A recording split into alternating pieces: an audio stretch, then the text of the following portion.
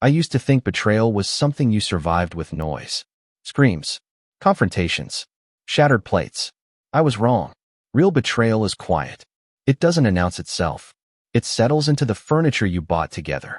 It lingers in the text messages you left on read. It wears the face of the person you trusted to hold your ring. My brother was supposed to be my best man. My fiancée was supposed to be my wife. By the time I understood what those words actually meant, I had already stopped breathing in my own life. We grew up sharing everything. A bedroom, a car, a father who worked himself to the bone, and a mother who loved us in the only way she knew how, by keeping us busy. Leo was 2 years older, louder, charismatic, the kind of guy who walked into a room and made it feel like he owned the air. I was the quiet one, the planner, the one who remembered birthdays, who fixed the Wi-Fi, who kept the emergency cash in the glove compartment. We balanced each other, or so I thought. I met Clara at a colleague's wedding. She was sitting alone at a table near the dessert bar, laughing at something on her phone. I offered her a slice of cake. She said yes. We talked until the band stopped playing. 6 months later, I asked her to move in. 18 months later, I proposed. She said yes before I finished kneeling. I told Leo first. He hugged me, cried, said he'd been waiting for this day since we were kids sharing bunk beds. He volunteered to be best man without hesitation. Clara loved him instantly, said he was exactly the kind of brother every woman dreamed of having in the family. I smiled. I thought I had won. The wedding planning began in earnest. Venue bookings, catering tastings, suit fittings, guest lists. I handled the logistics. Clara handled the aesthetics. Leo handled the morale. He organized bachelor party drafts. He coordinated with vendors. He showed up to every meeting with a smile and a spreadsheet. I didn't question his dedication. I praised it. I thanked him. I told him he was carrying more than his share. He shrugged, said family doesn't keep score. I believed him. The first shift was microscopic. A missed call from Clara during Leo's weekend trip to our hometown. A text from Leo that read just fine when I asked how the drive was. A lingering glance across the dinner table when Clara laughed at one of his jokes. I noticed them. I filed them. I told myself I was reading into nothing. Love doesn't fracture overnight. It erodes. Slowly. Consistently. Until the foundation is just dust. I started working later. Not because I had to. Because I wanted to stay out of the house. I told myself it was wedding stress. It wasn't. It was avoidance. The kind you practice when your gut is screaming but your heart is still bargaining. I booked a hotel room for one night in late October. Told Clara I had a site inspection out of town. She nodded, kissed my cheek, said she'd hold down the fort. I drove to the hotel, parked, sat in the lobby for 40 minutes. Then I drove back. I used the spare key I kept in my jacket. Slipped inside at 11:47. The house was dark, quiet, too quiet. I walked down the hall, stopped outside the bedroom door, listened. Nothing. I pushed it open. The bed was empty, sheets untouched, pillows fluffed. I checked the bathroom. Empty. I checked the guest room. Empty. I walked to the kitchen, poured a glass of water, leaned against the counter, waited. At 12:38, the front door unlocked. Keys jingled. Shoes kicked off. Laughter. Low. Familiar. I stayed in the shadows. Watched them walk in. Leo first. Clara right behind him. His hand on her lower back. Her head resting against his shoulder. They didn't see me. They didn't look for me. They assumed absence. They always had. I didn't step forward. I didn't speak. I just watched them kiss in the kitchen. Watched her fingers tangle in his hair. Watched him pull her closer like he had every right. I felt nothing. Not anger. Not grief. Just clarity. The kind that comes when a puzzle finally clicks into place and you realize you've been holding it upside down for years. I walked out the back door. Drove to a 24-hour diner. Ordered black coffee. Sat in a booth. Stared at the vinyl. I didn't cry. I didn't call anyone. I opened a notebook. Wrote down dates. Times. Amounts. Shared accounts. Lease details. Joint credit cards. Wedding deposits. I listed every thread that tied us together. Then I drew a line through it. Not with a pen. With a decision. I would not confront them. I would not scream. I would not beg for explanations. I would disappear. Not as punishment. As preservation. Ghosting isn't cowardice when you've already been erased. It's survival. I paid for the coffee. Left a $5 tip. Walked to my car. Drove to a storage facility. Rented a unit. Paid cash. Packed my essential documents. my passport, my birth certificate, my work laptop, a single change of clothes. I left the rest. The furniture, the photos, the ring, the life I had built on a lie. I didn't look back. I drove to the airport, booked a one-way ticket to a city where no one knew my name. I didn't pack a suitcase. I packed a blueprint. And I was ready to build. I didn't run. I relocated. There's a difference. Running implies panic. Relocation implies strategy. I booked a one-way flight to Portland. Not because I had friends there. Because I had none. Anonymity was the priority.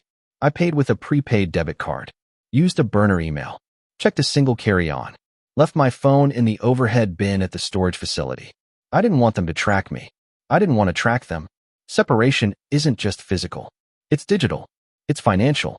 It's psychological. I severed all three before the wheels left the tarmac. I checked into a monthly rental apartment. Cash deposit. No credit check. Landlord didn't ask questions. I unpacked the essentials. Laptop. Passport. Notebook. A change of clothes. I sat on the floor. Back against the wall. Listened to the silence. It wasn't empty. It was clean. I opened the laptop. Connected to public Wi-Fi. Created new accounts. New email. New banking. New number. I transferred what I could. Not everything. Just what I had built before the wedding plan started. My personal savings. My emergency fund. My retirement accounts. I left the joint accounts. Let them drain. Let them argue over who spent what.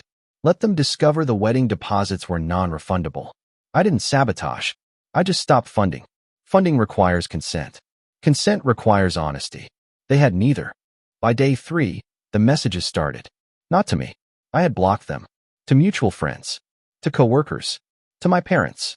Clara posted a vague Instagram story. A black screen with white text. When someone you love disappears without a word, it breaks you. Leo commented with a broken heart emoji. I didn't read the replies. I didn't need to. I knew the script. Victimhood. Confusion. Performative grief. They would play it perfectly. They always did. I muted the notifications. Deleted the apps. Opened a browser. Started searching for contract work. My field was logistics coordination. Remote. Flexible. High demand. I updated my resume. Stripped the wedding ring from the photo. Removed the shared address. Submitted 3 applications before noon. 1 replied by 4. Interview scheduled for tomorrow. I prepared. Not with desperation. With precision. Precision doesn't beg. It demonstrates. I wore a clean shirt. Sat at the kitchen table. Logged into the call. The hiring manager was direct. Asked about my experience. My problem-solving style. My capacity for independent work. I answered clearly. No embellishment. No gaps. No drama. He offered a 3-month contract. Remote. Full-time. I accepted. Signed digitally. Received the onboarding packet. Set up my workspace. Bought a desk. A chair. A lamp. I didn't decorate. I didn't personalize. I just built a function. Function doesn't require nostalgia. It requires execution. I executed. Every day. 8 hours. Focused. Uninterrupted. The silence of the apartment wasn't lonely. It was operational. I liked it. I needed it.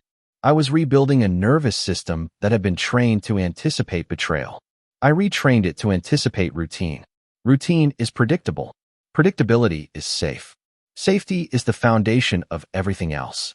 By week 2, the financial reality hit them. I knew because my brother's friend called my parents. I knew because Clara's sister posted about unexpected wedding cancellations. I knew because the venue sent a final notice to the joint email I had abandoned. They were scrambling. The deposits were gone. The vendors were invoicing. The lease was in both our names. The joint credit cards were maxed. I hadn't touched them in years. They had. I had trusted. They had spent. Now the bill was due, and I wasn't there to pay it. I didn't feel guilt. I felt equilibrium. Balance restored. Not through revenge. Through absence. Absence is the loudest statement you can make when words have been weaponized. I let them sit in it. Let them negotiate. Let them blame each other. Let them realize the life they had built on my back had no foundation when I stepped off. I started running. Not to escape. To regulate. 3 miles at dawn. 4 by week 3. 5 by week 4. I tracked my pace. My heart rate. My breathing. I learned to measure progress in increments. Not miles. Minutes. Not distance. Discipline. Discipline doesn't care about your past. It only cares about your present. I gave it my present. I stopped checking the time zone difference. Stopped wondering what they were doing. Stopped imagining their conversations. I replaced speculation with structure. Structure heals what chaos broke. I bought groceries. Cooked simple meals. Washed my own clothes. Paid my own bills. I did it not because I had to. Because I chose to. Choice is the antidote to erasure. I had been erased. I was choosing myself back. One meal. One run. One invoice at a time. By month 2, the contract work stabilized. I received a performance bonus. Transferred it to my new account. Didn't celebrate. Allocated it. 40% savings. 30% emergency. 20% skill development. 10% discretionary. I signed up for a project management certification. Studied at night. Took notes by hand. Tested on a Saturday. Passed on the first try. I printed the certificate. Placed it on the desk. Didn't frame it. Just filed it. Proof of progress. Proof of focus. Proof that I was no longer building a life for two people who didn't exist. I was building one for the person who did. Me. I didn't know it then, but the quietest part of the journey was already complete. The leaving. The surviving. The restructuring. What came next wasn't about them. It was about expansion. About connection. About learning to trust without surrendering. I wasn't ready for that yet, but I was preparing. And preparation, when done correctly, is indistinguishable from peace. I received an email from my mother on a Thursday. Subject, please call us. Body, your father's health is declining. We don't know what happened. We just want to understand. I read it twice. Didn't reply. Didn't delete. Archived it. Understood it wasn't about concern. It was about control. They needed me back to balance the ledger. To fix the mess. To fund the recovery. I wouldn't be the solution to a problem I didn't create.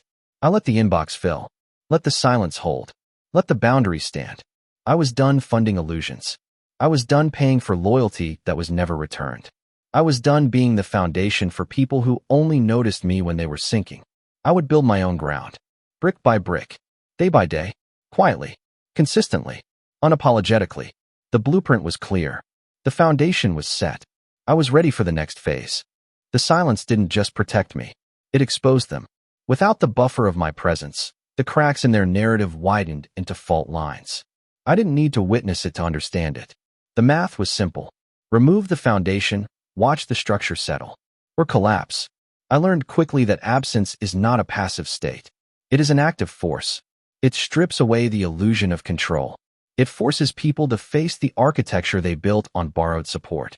And when the support leaves, the architecture either adapts or fractures. They fractured. I saw it in the echoes.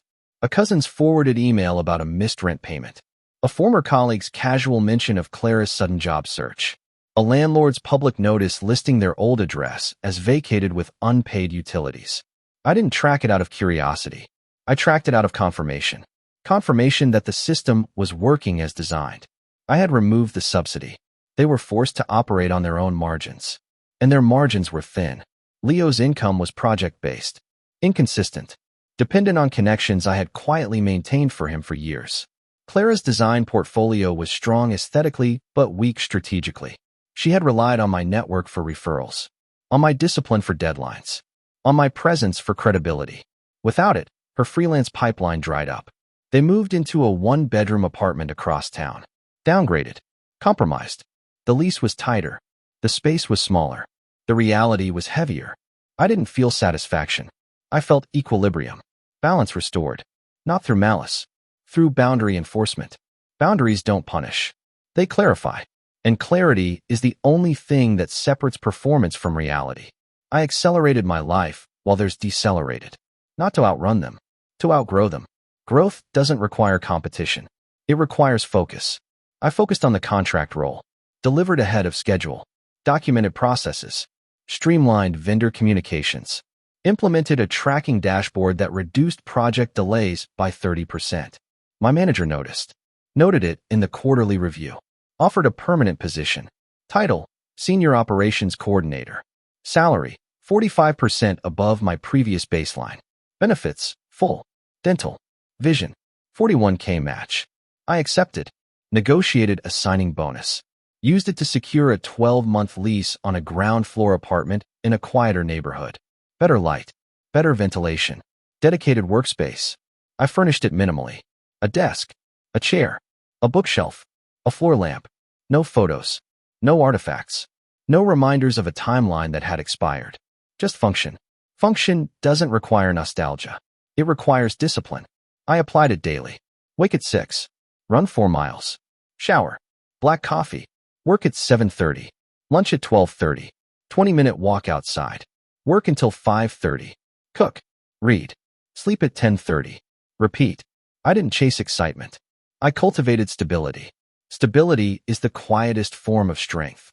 It doesn't announce itself. It accumulates. Like interest. Like muscle. Like trust in your own decisions. I met people. Not romantically. Not initially. Neighbors. Co-workers. A guy at the coffee shop who remembered my order and asked about my running pace. A woman at the library who recommended a book on urban infrastructure. We talked. Briefly. Honestly. No masks. No performances. Just presence. I learned that connection doesn't require enmeshment. It requires clarity. Clarity attracts clarity. I started therapy. Not because I was broken. Because I was recalibrating. My therapist, a woman named Dr. Eris, didn't ask about them. She asked about me. About my boundaries. About my definition of loyalty. About the difference between sacrifice and surrender. I learned that I had spent years confusing obligation with love. That I had equated presence with worth. That I had built my identity around being the reliable one. The fixer. The provider. The one who stays. I unlearned it. Not quickly, but deliberately. I replaced martyrdom with maintenance. Maintenance doesn't require an audience. It requires consistency. I was consistent. My parents escalated. First calls to old numbers. Then emails to the burner account. Then a registered letter to my workplace. I didn't open it at the office. I took it home. Read it at the kitchen table. 3 pages. Guilt. Nostalgia. Ultimatums. Your brother is struggling. Clara is devastated. We don't understand how you could do this. You're tearing the family apart. I folded the letter. Placed it in a drawer. Didn't reply. Didn't archive. Just stored it. Like evidence. Proof that their love was conditional. Conditional on my utility. When I stopped being useful, the love became a demand. I wouldn't fund that transaction. I wouldn't be the emotional ATM for people who only remembered my existence when their own accounts ran dry. I let the inbox fill. Let the silence hold. Let the boundaries stand. I was done funding illusions. I was done paying for loyalty that was never returned. I was done being the foundation for people who only noticed me when they were sinking. I would build my own ground. Brick by brick. Day by day. Quietly. Consistently. Unapologetically. 6 months in, I received a package. No return address. Inside was my old watch. The one I'd left in the nightstand. A note underneath. We miss you. Please come home. I held the watch. Felt the weight of it. The leather strap was cracked. The glass was scratched. It didn't tick. I placed it on a shelf. Didn't wind it. Didn't wear it. Didn't throw it away. Just let it sit. Like a relic. Proof of a timeline that had ended. I didn't feel regret. I felt resolution. Resolution means the past no longer dictates the present. I was living in the present. Fully. Deliberately. Without apology. I stopped checking the calendar for anniversaries. Stopped wondering what they were doing on weekends. Stopped imagining their conversations. I replaced speculation with execution. Execution builds what speculation destroys. I was building. Not a revenge. Not a statement. A life. And lives don't require an audience. They require attention. I gave it mine. The foundation was set. The walls were up. The roof was sealed. I was ready for what came next. Not with them. With myself. The 1-year mark arrived without ceremony. No countdown. No reflection. Just continuity. I woke at 6. Ran 4 miles. Showered. Black coffee. Logged into the system. Reviewed project dashboards. Approved vendor invoices. Scheduled team syncs. The rhythm was no longer a shield. It was a baseline. And baselines, once established, don't require maintenance. They require trust. I trusted mine. The company promoted me to regional operations lead. Not because I asked. Because the metrics spoke. Reduced overhead by 18%. Improved delivery timelines by 22. 0 escalations in 9 months. The promotion came with a title, a raise, and a team of 6. I accepted. Didn't celebrate. Calibrated. I hired carefully. Vetted for accountability, not charisma. Built a culture of documentation over drama. Taught them that transparency isn't vulnerability. It's efficiency. Efficiency scales. Drama doesn't. I stopped using the word family to describe my team. Families tolerate dysfunction in the name of loyalty. Teams replace dysfunction in the name of performance. I chose performance. Not because I was cold. Because I was responsible. Responsibility doesn't require sentiment. It requires accountability. And accountability requires structure. I provided it. Consistently. Without apology. I met Daniel at a regional logistics conference. He was a supply chain analyst turned consultant. Mid-30s. Quiet. Direct. We talked about workflow automation during a coffee break. He didn't ask about my past. He asked about my process. I answered. He listened. We exchanged contacts. Not out of networking obligation. Out of mutual respect. Respect doesn't require enmeshment. It requires clarity. We started meeting monthly. Virtual calls. Shared resources. Compared frameworks. He didn't push for friendship. He offered alignment. Alignment is quieter than connection. And quieter things last longer. I appreciated that. I stopped measuring relationships by intensity. I started measuring them by consistency. Consistency doesn't demand attention. It earns it. I earned his. He earned mine. We didn't merge lives. We interfaced. Interfaces require protocols. Protocols require boundaries. Boundaries require enforcement. I enforced mine. He respected them. That was enough. The past tried to re-enter on a Thursday evening. Not through calls. Not through letters. Through a LinkedIn notification. Leo had viewed my profile 3 times in 1 week. I didn't block him. I didn't react. I adjusted my privacy settings. Hid my activity status. Removed location tags. Restricted profile visibility to second-degree connections only. Digital boundaries are just physical boundaries translated into code. I coded mine. Carefully. Deliberately. Without emotion. Emotion is a variable. Variables can be controlled. I controlled mine. I didn't wonder what he wanted. I knew. He wanted the ledger balanced. He wanted the foundation restored. He wanted the subsidy returned.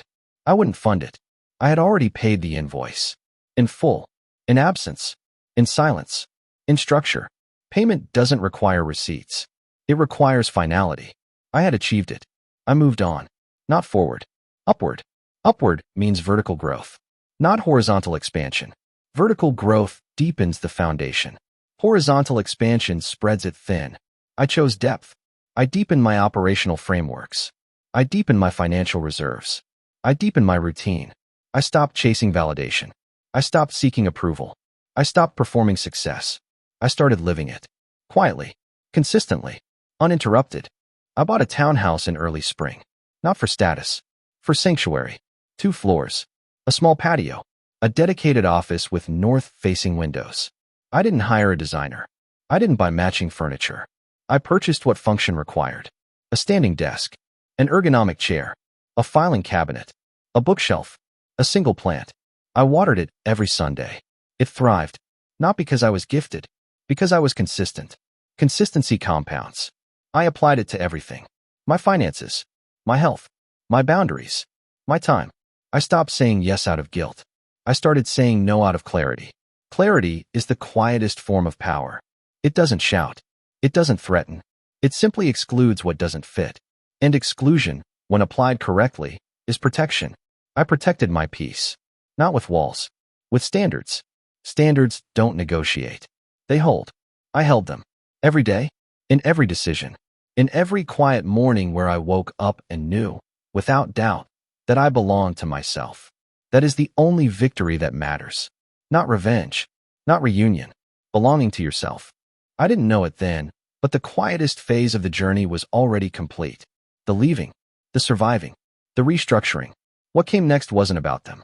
It was about expansion. About connection. About learning to lead without losing myself. I started mentoring junior coordinators in my department. Not to fix them. To equip them. I taught them how to read contracts. How to track deliverables. How to separate professional obligation from personal sacrifice. I didn't share my story. I shared my systems. Systems don't require trauma to be effective. They require discipline. I provided it. They applied it. I watched them thrive. Not because I saved them. Because I gave them tools. Tools outlast advice. I kept building. Not for an audience. For a standard. The standard was clear. Protect your foundation. Enforce your boundaries. Let the ledger balance itself. I was living it. Fully. Deliberately. Without apology. The blueprint was set. The walls were sealed. The roof held. I was ready for the next phase. Not with the past. With the future. The second year didn't bring drama. It brought scale. And scale requires systems that don't break under pressure. I promoted 2 of my direct reports. Restructured regional reporting lines. Implemented a new KPI dashboard that cut response latency by 40%. The work wasn't just moving forward. It was compounding. I learned early that momentum isn't a feeling. It's a measurement. And my measurements were clean. I stopped checking the time. Started trusting the process. Process doesn't care about your history. It only cares about your output. I gave it my output. Consistently. Without friction. I stopped measuring success by external validation. Started measuring it by internal alignment. Alignment doesn't require applause. It requires honesty. I was honest with myself. About what I could control. About what I couldn't. About what I would no longer tolerate. The tolerance threshold had been reset. Not by anger. By experience. And experience doesn't negotiate. It calibrates. I was calibrated. I operated from that calibration. Every decision. Every boundary. Every quiet morning where I woke up and knew, without doubt, that I belonged to myself. That is the only victory that matters. Not revenge. Not reunion. Belonging to yourself. Then came the email. Not from Leo. Not from Clara. From a mutual acquaintance. A former vendor we'd all worked with years ago. Subject line, quick question. Body, heard you're doing well. Leo's been asking around. Says he's trying to get his own consulting firm off the ground. Wants to know if you'd be open to a conversation. No pressure. Just reconnecting. I read it once. Didn't forward it. Didn't reply. Deleted it. Cleared the cache. Logged out. Reconnecting isn't a neutral term. It's a Trojan horse. It carries expectation. It carries guilt. It carries the unspoken assumption that time erases accountability. It doesn't. Time just reveals it. I knew what he wanted. Not advice. Validation. A bridge back to the network I had quietly maintained for him for years. I wouldn't build it. Bridges require 2 willing architects. I had already signed off on that project. I archived the request. Not with anger. With finality. Finality is a closed door. It doesn't need a lock. It just needs to stay shut. I kept it shut. Not out of spite. Out of self-preservation. Self-preservation isn't selfish. It's structural. You don't let load-bearing walls become doorways just because someone knocks. You keep them where they belong. I kept mine where they belonged. I didn't wonder what they were doing. I didn't need to. The contrast was visible in my own rhythm. My mornings were predictable. My evenings were quiet. My weekends were mine. I started volunteering at a logistics nonprofit that helped small businesses navigate supply chain disruptions. Not to relive my past. To redirect my skills. I taught inventory management. Risk assessment. Vendor vetting. I didn't preach. I demonstrated. Demonstration doesn't require a stage. It requires a whiteboard. I used it. Carefully. Clearly. Without ego. I learned that leadership isn't about being needed. It's about being unnecessary. When the systems work, the leader can step back. I stepped back. Often. And the work held. That was the proof. Proof that I had built something independent of my presence. Proof that I was no longer the foundation. I was the architect. And architects don't live in the buildings. They design them. Then they walk away. I walked away from the need to be indispensable. I walked into the freedom of being optional. Optional doesn't mean replaceable. It means sustainable. And sustainability is the quiet engine of longevity. Longevity doesn't require speed. It requires endurance. And endurance is built on structure. I built it. I maintained it. I trusted it. I turned 34 in late autumn. Didn't throw a party. Didn't post online. Took a solo trip to a coastal town. Rented a cabin. Walked the shoreline. Read 3 books. 8 meals alone. Didn't feel lonely. Felt integrated. Integration is what happens when the fragments stop fighting each other. When the past stops dictating the present. When the future stops feeling like a threat.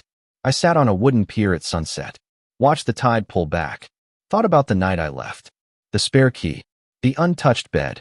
The kitchen kiss. The notebook. The one-way ticket. I didn't romanticize it. I didn't regret it. I acknowledged it.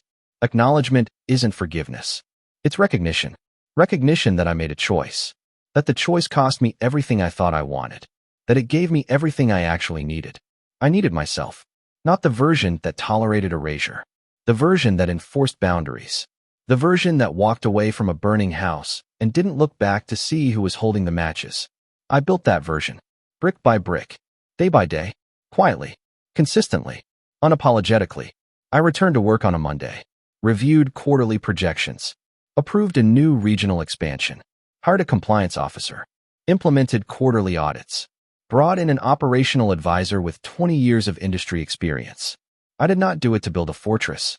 I did it to build a foundation. Strong enough to hold weight. Flexible enough to adapt. Clear enough to withstand pressure. The company grew.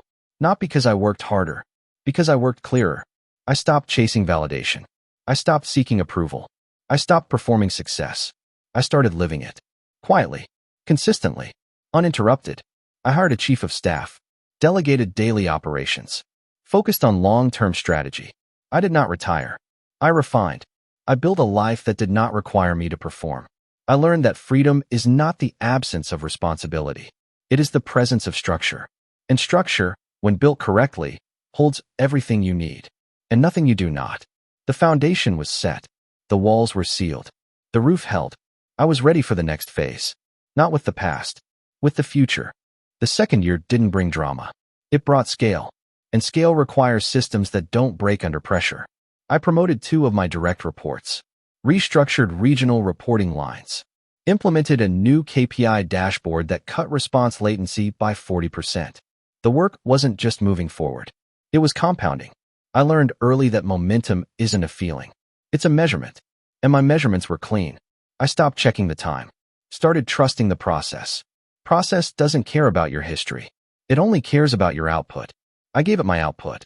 Consistently. Without friction. I stopped measuring success by external validation. Started measuring it by internal alignment. Alignment doesn't require applause. It requires honesty. I was honest with myself. About what I could control. About what I couldn't. About what I would no longer tolerate. The tolerance threshold had been reset. Not by anger. By experience. And experience doesn't negotiate. It calibrates. I was calibrated. I operated from that calibration. Every decision. Every boundary. Every quiet morning where I woke up and knew, without doubt, that I belonged to myself. That is the only victory that matters. Not revenge. Not reunion. Belonging to yourself. Then came the email. Not from Leo. Not from Clara. From a mutual acquaintance. A former vendor we'd all worked with years ago.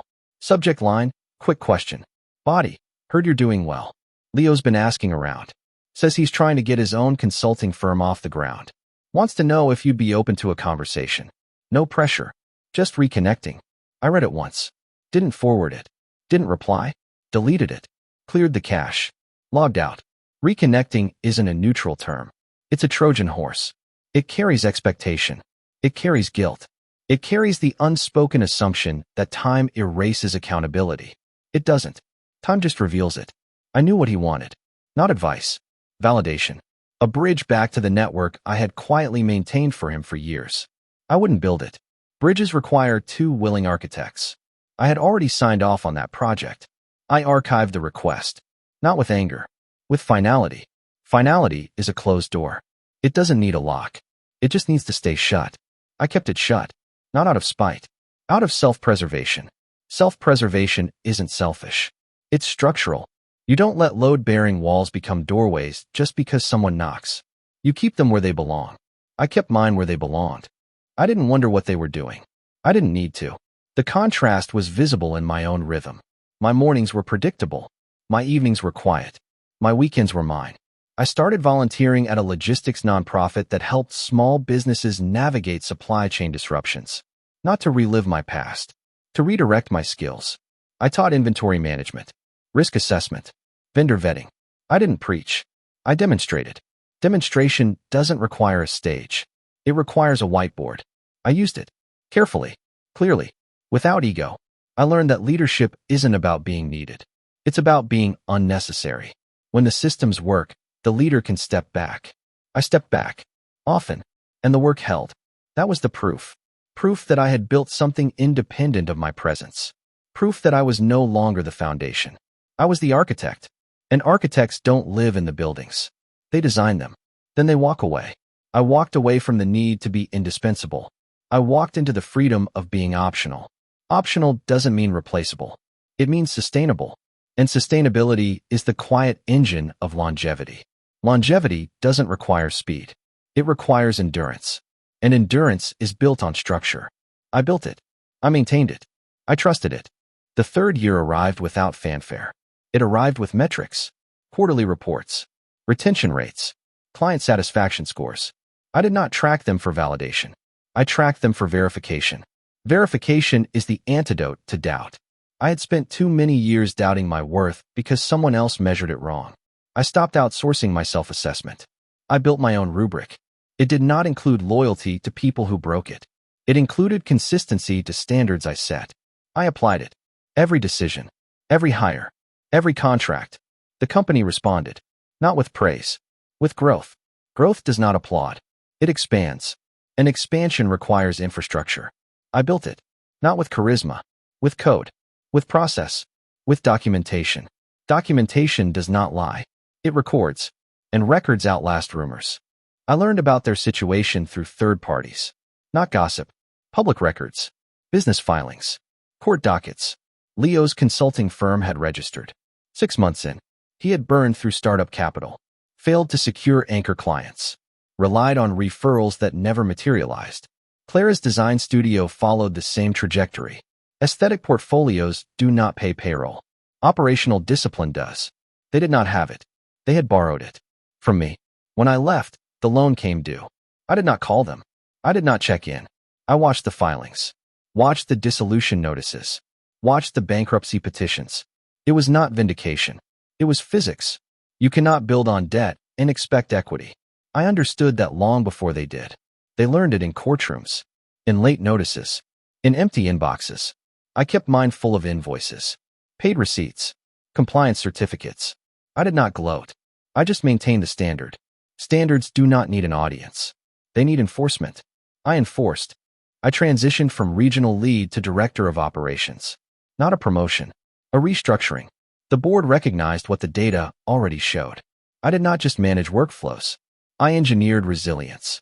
I taught teams how to survive disruption, how to pivot without panic, how to document before delegating. I did not take credit. I took responsibility. Responsibility scales. Credit fractures under it. I stopped attending industry mixers, started hosting quarterly roundtables, small groups, focused topics, zero networking fluff, just problem solving. I invited operators, not influencers. Operators build. Influencers broadcast. I wanted builders. We gathered in a rented conference space. No podium, no slides, just whiteboards and markers. We mapped bottlenecks. We stress-tested protocols. We shared failures, not successes. Successes are outcomes. Failures are blueprints. I gave them mine, not the emotional ones, the operational ones, the vendor that overpromised, the contract with missing SLAs, the team that confused urgency with importance. I documented it, shared it, let them adapt. They did. Not perfectly, but consistently. Consistency compounds. I watched it compound. In my team, in my clients, in my own nervous system. I no longer braced for betrayal. I prepared for variance. Variance is normal. Betrayal is a choice. I stopped treating choices like weather. I treated them like data. Data does not require forgiveness. It requires adjustment. I adjusted. Every quarter, every cycle, every quiet morning where I woke up and knew, without doubt, that I belonged to myself. The final test came in late winter. Not from Leo. Not from Clara. From a legal notice. A subpoena. Part of a broader fraud investigation into a vendor network they had both tied themselves to. My name was listed as a former associate. Not a defendant. A witness. The investigator wanted records. Communication logs. Contract drafts. Vendor onboarding files from 3 years ago. I did not panic. I did not hide. I opened a secure folder. Pulled the archive drives. Cross-referenced dates. Verified signatures. Compiled the packet. I did not add commentary. I did not offer opinions.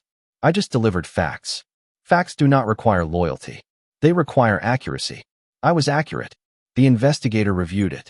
Nodded. Said it was enough. I asked if I needed to testify. He said no. The documentation closed the loop. I filed the subpoena copy. Archived it. Moved to the next task. I did not feel relief. I felt completion. Completion means the system worked. Not because I fought, because I documented. Documentation is the quietest form of justice. It does not scream. It verifies. And verification ends speculation. I was done speculating. I was done wondering. I was done carrying their weight. I had placed it exactly where it belonged. In the past, where it could not bleed into my present. I started planning the next phase. Not retirement. Transition. I knew leadership was not permanent. It was a season. And seasons change. I began drafting succession protocols, cross-training leads, delegating strategic oversight. I did not hand over control. I distributed it. Distributed systems survive. Centralized ones fracture. I learned that the hard way. I distributed everything. Authority. Accountability. Access. I kept only the standards. Standards do not need a title. They need a guardian. I became that guardian. Not through presence. Through protocol. Protocol outlives people. I was ready for the handoff. Not because I was tired. Because I was complete. Completion does not require an ending. It requires alignment. I was aligned. With myself. With my work. With the quiet certainty that I had built something that did not require their approval to exist. I let the silence hold. Let the structure stand. Let the ledger balance. I was ready for whatever came next. Not with them. With me. The succession plan did not happen overnight. It unfolded like a carefully scheduled migration. I spent 6 months cross-training my senior coordinators. Documented every workflow. Created decision trees for crisis scenarios. Built redundancy into every critical path. I did not hand over authority. I distributed it. Distributed systems do not collapse when one node leaves. They adapt. I taught them that leadership is not about being the bottleneck. It is about being the blueprint. Blueprints survive the architect. I reviewed the final transition checklist. Signed off on access protocols. Verified compliance audits. Closed my personal dashboard. The work would continue. Not because of my presence. Because of the structure. I packed my desk. Not with sentiment. With inventory. A laptop. A notebook. A single-frame certificate of operational excellence. I left the rest. The office felt different on the last day. Not empty. Calibrated. Calibration is what happens when a machine finally runs on its own rhythm. I walked out. Did not look back. Did not hesitate. The door clicked. I locked it. Handed the keys to the incoming director. He nodded. Said thank you. I said keep the standards. He said he would. I believed him. Not because he promised. Because the system required it. And systems enforce what people forget. I learned about the final resolution of their situation through a public docket. Not a call. Not a letter. A court filing. Civil judgment. Unpaid vendor contracts. Fraudulent representation. Asset liquidation ordered. Leo's consulting entity dissolved. Clara's design studio folded. Both names listed as co-responsible for outstanding liabilities. No jail time. Just financial ruin. The kind that follows poor architecture. I did not read it for satisfaction. I read it for confirmation. Confirmation that the ledger balances when you stop subsidizing the deficit. I archived the filing. Did not share it. Did not comment. Closure does not require a conversation. It requires a conclusion. And conclusions arrive when the math catches up to the behavior. I understood that long before they did. They learned it through notices. Through declined cards. Through empty inboxes. I learned it through receipts. Through compliance. Through quiet mornings where I woke up and knew, without doubt, that I had paid my debt to the past. In full. In absence. In structure. Payment does not require acknowledgement. It requires finality. I had achieved it. I moved on. Not forward. Upward. Upward means vertical growth. Not horizontal expansion. Vertical growth deepens the foundation. Horizontal expansion spreads it thin. I chose depth. I deepened my routines. My boundaries. My peace. I stopped checking the calendar for anniversaries. Stopped wondering what they were doing. Stopped imagining their conversations. I replaced speculation with execution. Execution builds what speculation destroys. I was building. Not a revenge. Not a statement. A life.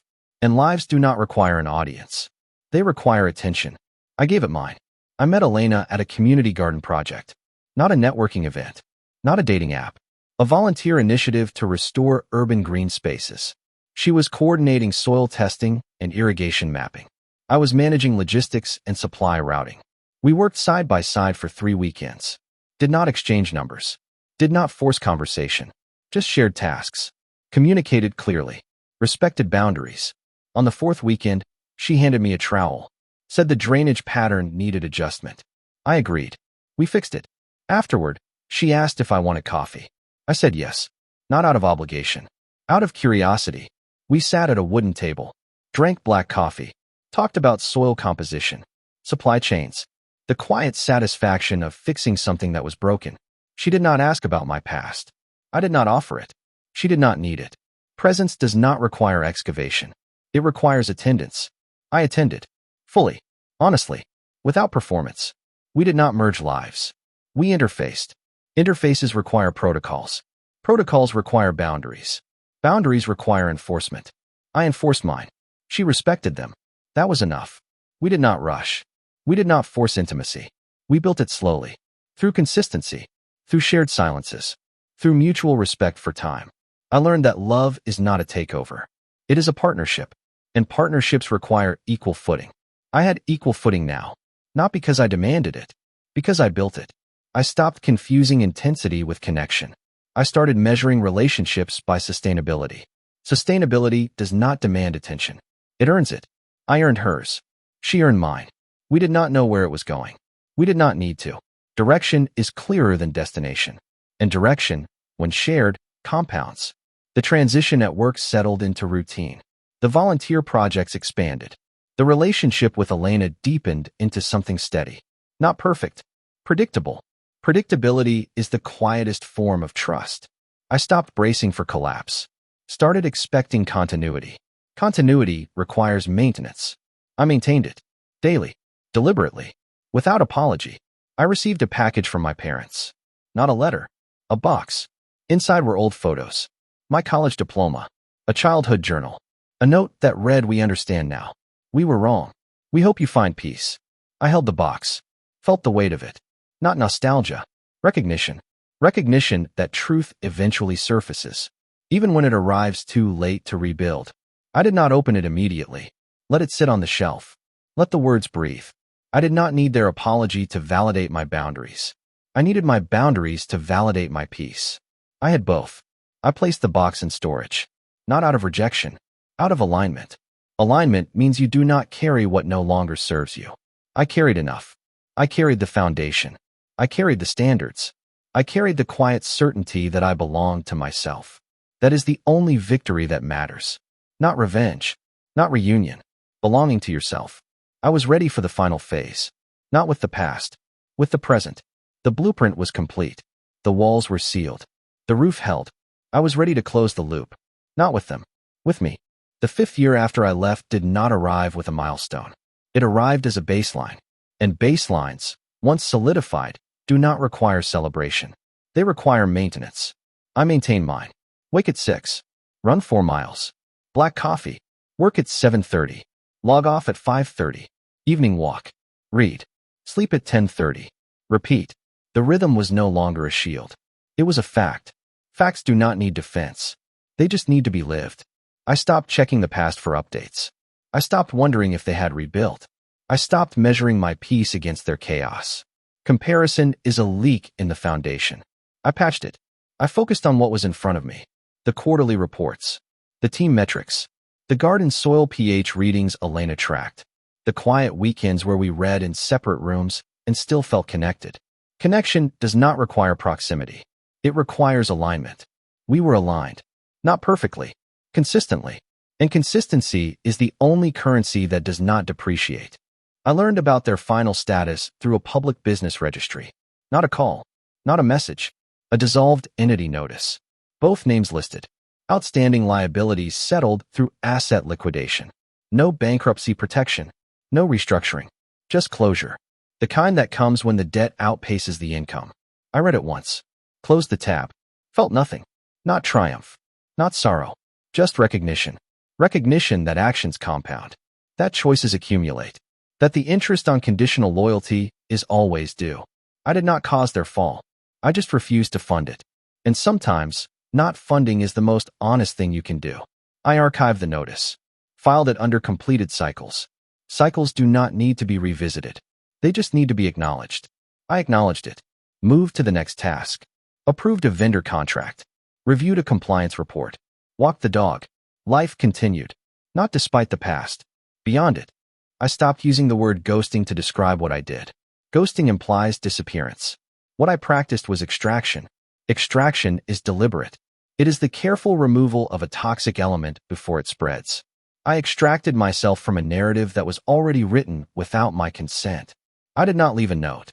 I did not stage a confrontation. I did not give them the satisfaction of my reaction. Reaction is fuel. I cut the supply line. I let the fire burn out on its own. And it did. Not because I was cruel. Because I was clear. Clarity does not require volume. It requires precision. I was precise. I left exactly what belonged to them. The lease. The joint accounts. The wedding deposits. The performance. I took exactly what belonged to me. My documents. My savings. My time. My name. I kept my name. That was the most important piece. Identity is not inherited. It is enforced. And I enforce mine. Every day. In every boundary. In every quiet decision to choose myself over obligation. Elena and I bought a house in early autumn. Not large. Not flashy. Just functional. A porch. A kitchen with good light. A study with built-in shelves. We did not hire a designer. We did not buy matching furniture. We purchased what served the space. We planted a lemon tree in the backyard. It will take years to fruit. I like that. I like building things that require patience. Patience is the opposite of panic. I had spent too many years reacting to emergencies I did not create. I learned to respond to rhythms I could control. I watered the tree, pruned the dead branches, protected the roots. It thrived, not because I was gifted, because I was consistent. Consistency compounds. I applied it to everything. My work, my health, my relationships, my peace. I stopped apologizing for existing. I stopped shrinking to fit into rooms that did not want me. I started building my own rooms. And I invited people who actually saw me. Not my utility, not my wallet, my presence, my consistency, my quiet strength. I do not regret leaving. I regret staying as long as I did. Regret is for people who confuse sacrifice with loyalty. I was loyal to my survival. I was loyal to my peace. I was loyal to the man who sat in a diner booth at 1 a.m, staring at a notebook, and decided that silence was not surrender. It was strategy. I kept that promise. I will keep keeping it. Until the work is done. Until the foundation is solid. Until the house I built inside myself can withstand any storm. And when the storms come, as they always do, I will not flinch. I will not negotiate. I will not open the door to the people who handed me to the rain. I will close it. I will lock it. I will turn on the light. And I will sit in the quiet. Because the quiet is where I learned to breathe. And breathing is the first act of living. I am living. Fully. Clearly. Unapologetically. And I will not stop. The blueprint is complete. The walls are sealed. The roof holds. I am done. I am clear. I am free. I will keep building. Quietly. Honestly. For me.